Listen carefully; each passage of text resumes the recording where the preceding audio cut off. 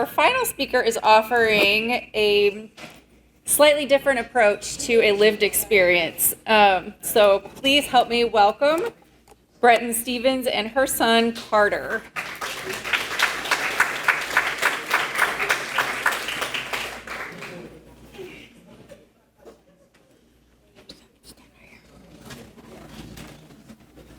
Hi, my name is Bretton Stevens. I have been in long-term recovery for a little over 7 years now. And when you're in recovery and your children, not only do they go through our substance use with us, when we're struggling with addiction, but they also go through recovery with you. So my son Carter, he is a 13-year-old young man with some very mature views. And I'm so super proud of him, and he would like to first share his story with you.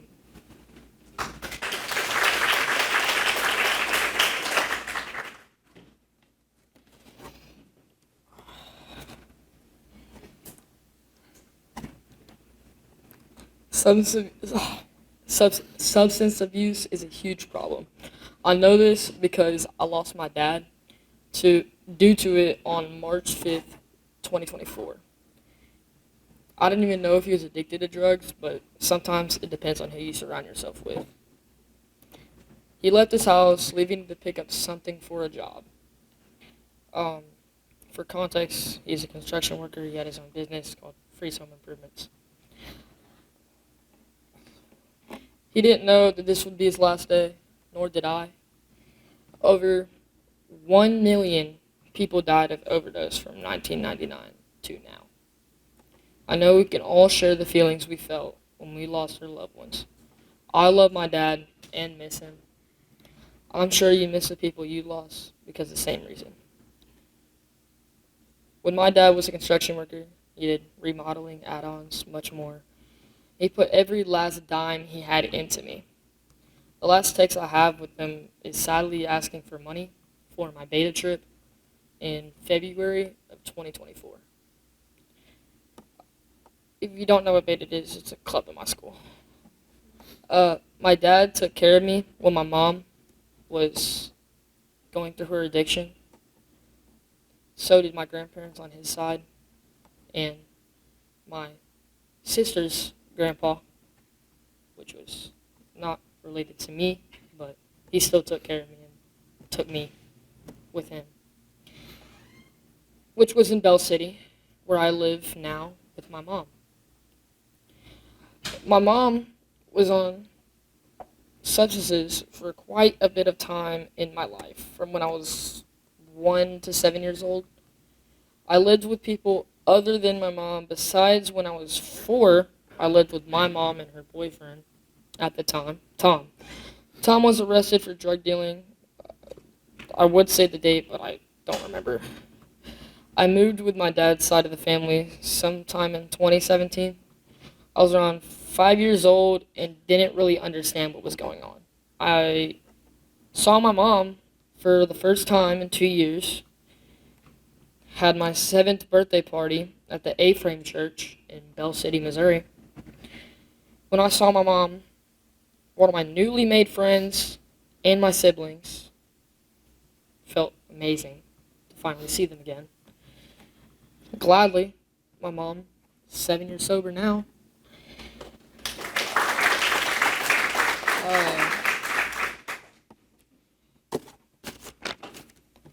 My mom's recovery has meant so much to me. She's literally my hero. She fought a hard battle with addiction, and she won. 7 years sober as of today, as I said. I was so excited to come and speak today. Woke up 4 a.m., worked on this exact paragraph. I love how my mom went from struggling to helping people who struggle. She loves her job, I love her job, and it's done so much for us.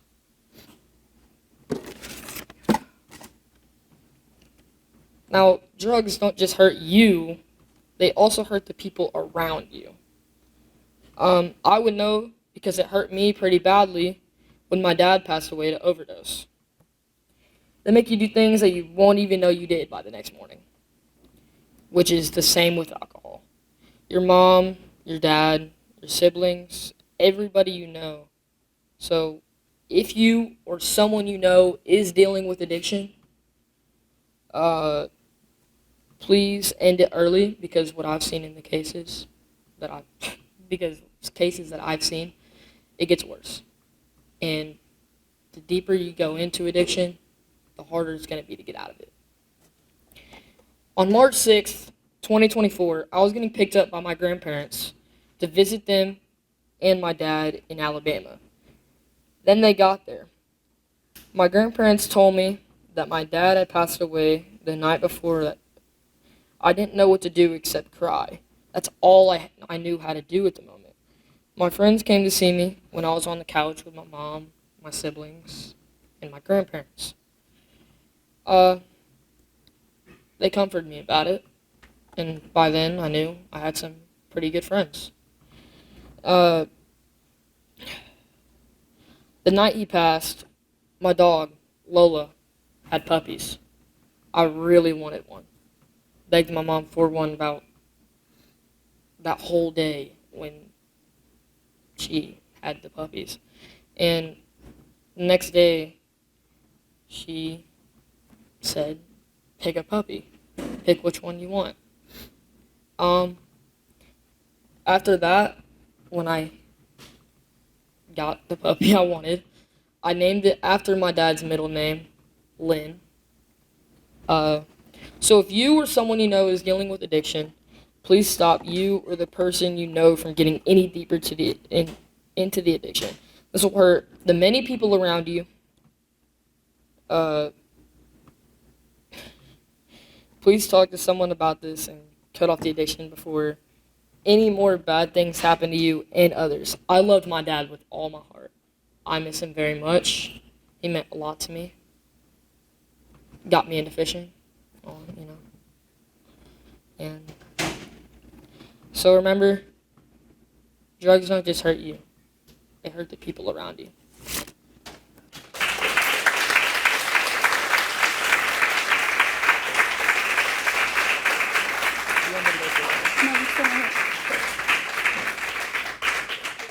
It's me again.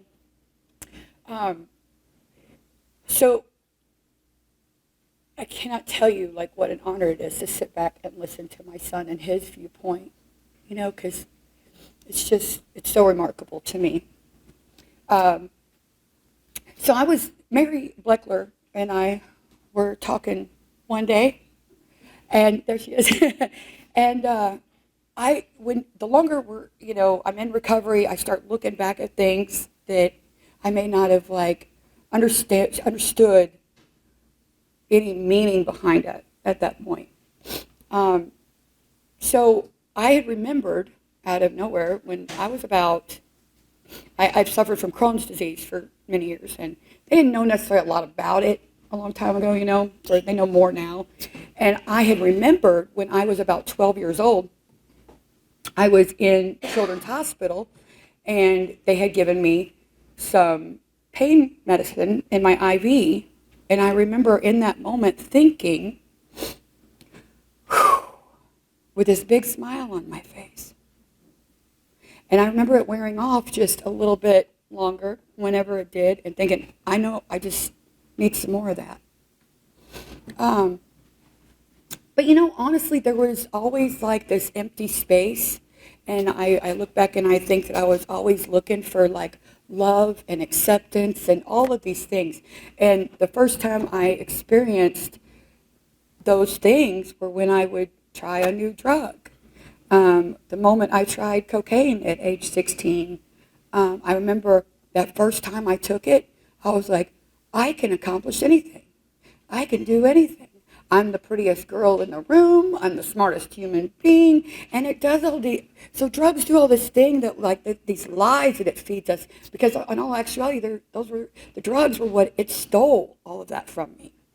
I spent many years of running with people that I had no business running with, and that was back in the days of cooking meth. That was back in the days, pills were, just left and right. So it was really like, I spiraled. But I really look back and think about how I was looking for that feeling of being okay. I came from a family that didn't really know much about drugs, and God love them because they definitely didn't know how to deal with me. My parents, my mom spent years paying my bills. I had, she just paid my, she moved me to Sikeston, Missouri at one point to get me away from Cape Girardeau.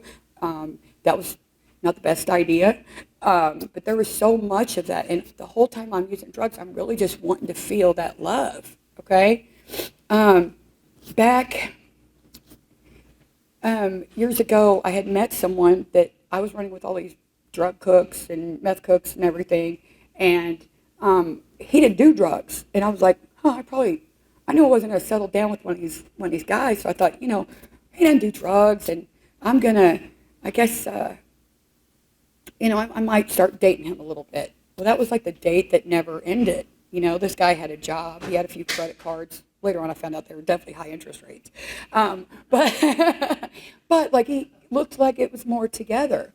And then one night, him and I were together. I had fallen asleep. I had been out, at Club Chaos or wherever it was, And I had one little girl that was living with us. Then she's now an adult, 28 years old. But point being, like, I remember he was up at 2 o'clock in the morning filling out Christmas cards.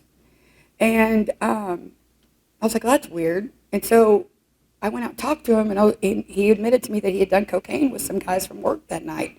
And I'll never forget looking at him and saying, I think I like you better, High, because of course I joined in at that point. And he's like, give it a minute, you won't. He wasn't kidding. We're talking the next many, many years of nothing but drug use, domestic violence. We had more children that we brought into it. It was just Club Chaos itself. And I had gotten intermittently in trouble, in and out, went to treatment numerous times, and I would go to treatment, go back home from treatment, go back to the same relationship where he never stopped using. And listen, at the end of the day, it wasn't his fault. It wasn't, my addiction was not on him. It was definitely on me, so I never want to make it sound like that. But you go to treatment, you go home to the same environment. I hold on for a little while until I don't. And it was just this, I was like the part of the revolving door at FCC in Cape Girardeau, God bless, which, it's like a second home to me today. But anyway, so about my mother, who is one of my biggest enablers, back around July 7th of 2017, I found myself in a unique position where the current boyfriend had kicked me out, didn't have any place to live. I wasn't used to that.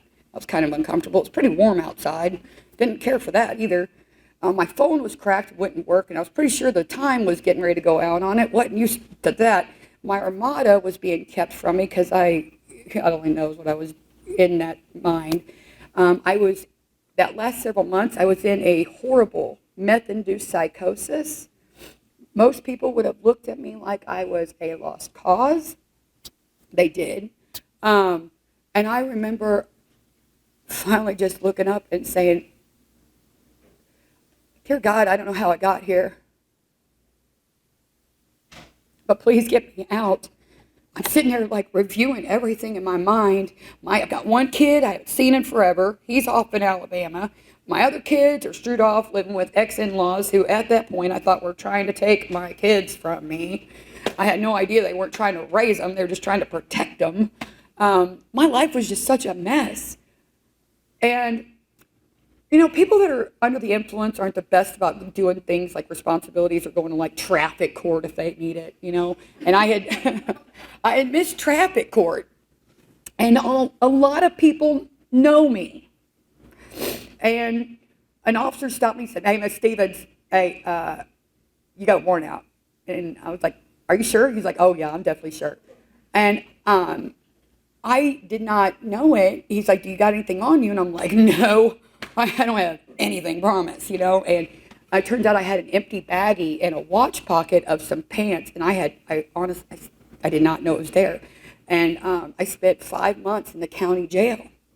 And that 5 months gave time, if you will, to all those toxins to be flushed, for me to start coming mentally back, for all of those things to happen.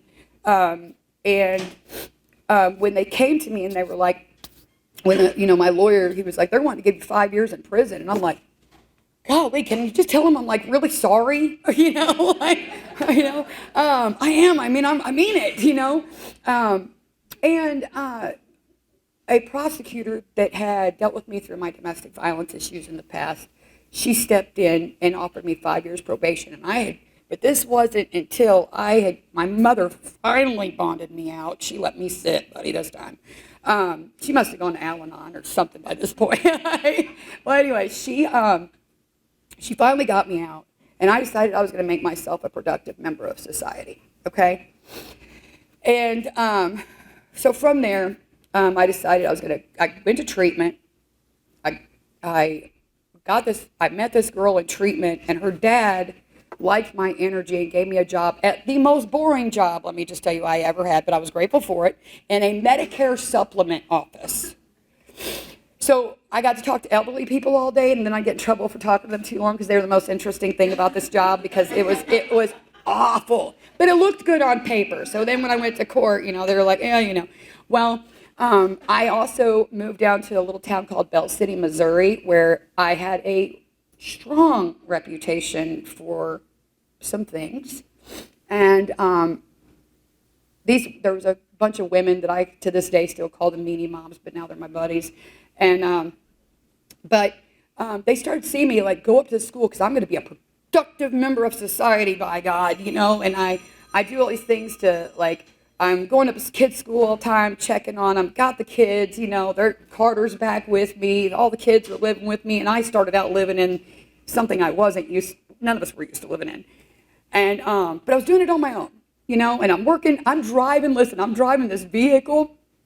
I finally got my Armada back, and it had been taken down through there. Okay, and I'm driving 20 minutes away to get to this Medicare supplement office, and every year I'm like, oh my God, here we go. And the truck had really been taken. We're not the kindest people on vehicles when we're using.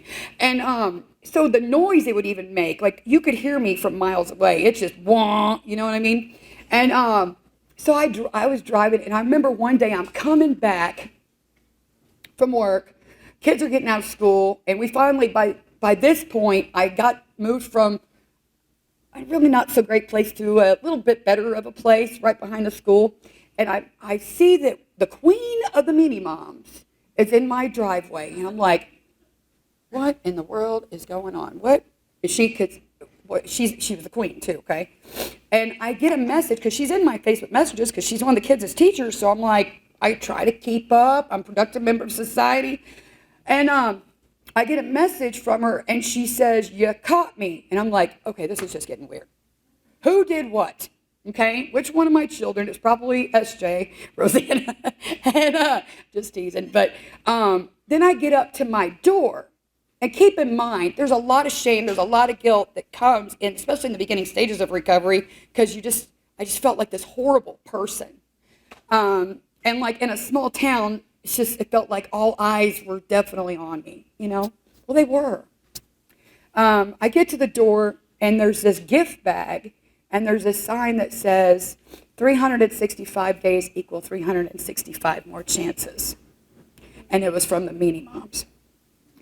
And from there, these are the moms that started saving me seats at ball games, and these women will never, I try to tell them, but there's no way they could understand fully of what they did for my life by offering that love, offering that acceptance, offering these things that and making me feel included.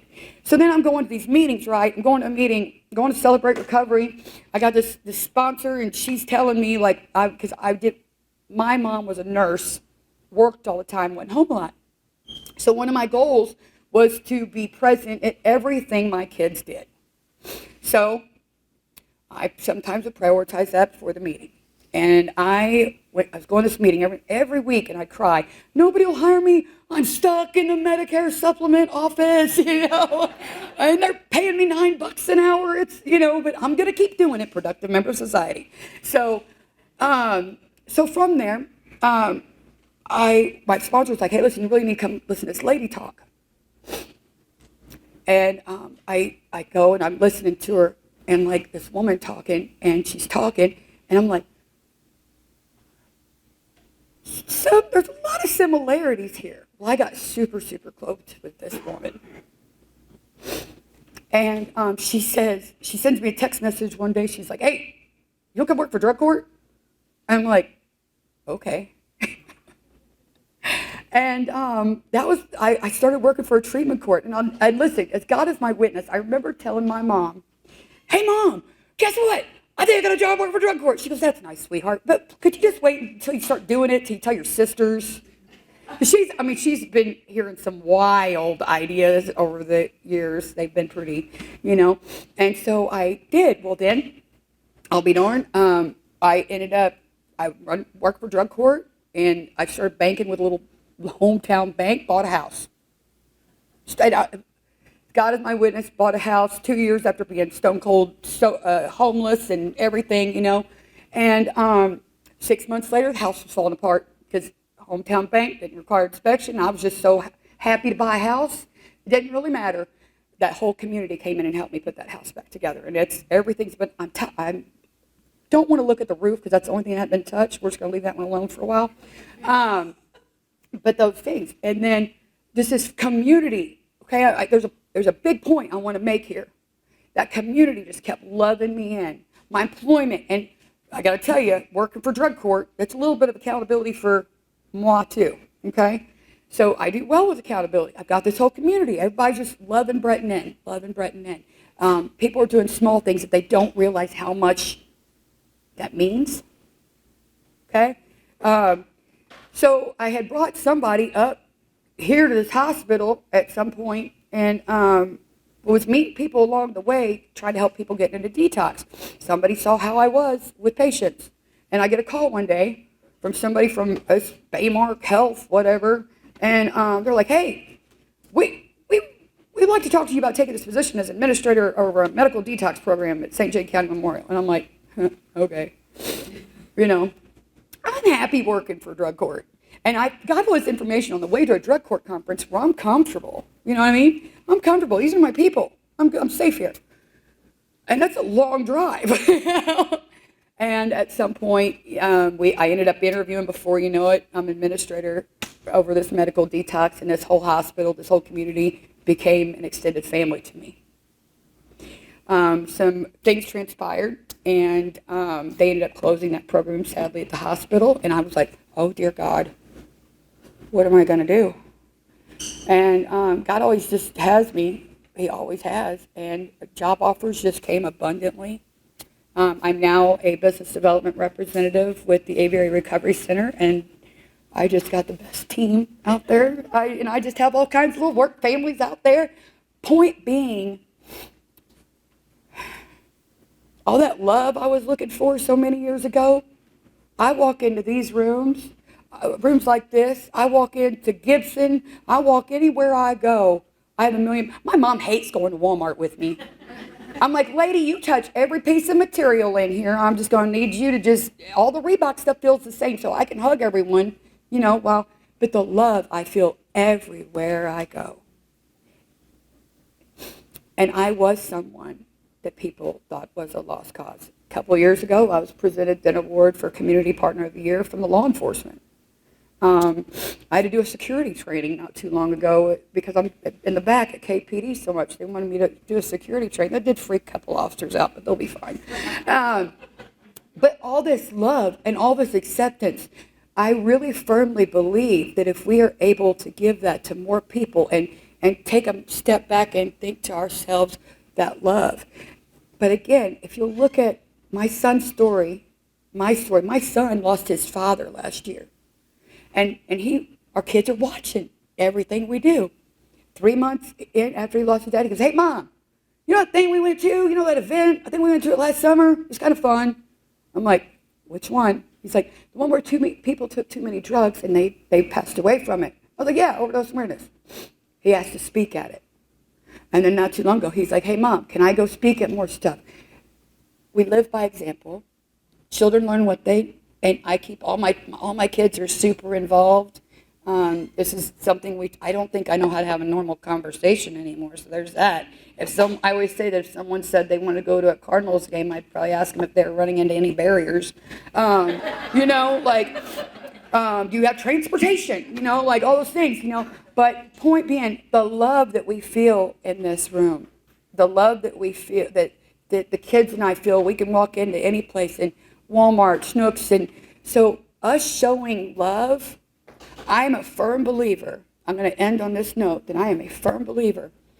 There is only one way that all of this transformed in 7 years for me. I'm also a licensed foster parent, another weird licensing thing that we did. So all of these things, the kids, I don't even know if they understand the gravity of what happened. 7 years ago, I was in a meth-induced psychosis, homeless, walking the streets. And today, it's just, I wake up every day just mind blown. If someone would have handed me a piece of paper and a pen 7 years ago and said, write down what you want your life to look like in 7 years, I could not come up with this. There is only one way, and that's God. And I know not everybody believes. I don't push that on anyone. But everywhere we see love, we see God.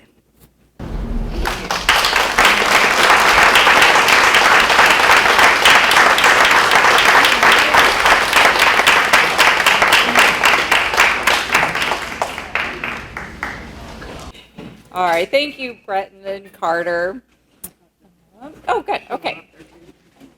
So, as we are closing, I want to thank you sincerely for joining us today and learning with us. Don't forget, on your way out, is it on that table where they registered? Yes. Yeah. You can pick up your certificates of completion. And I do ask that you pull out your cell phones and scan this QR code. You don't have to do the survey right now, but just save it and try not to forget. And do our post-conference survey. Did you have anything else? I just wanted to say, these are for contact hours, not CMEs or CMUs. I'll have to start that now for next week. But you pick them up. If you were not registered on Jot Board, you won't have one today, but I'll use your name and email to get it to you, okay? Thank you very much for standing up this morning. Thank you, everyone.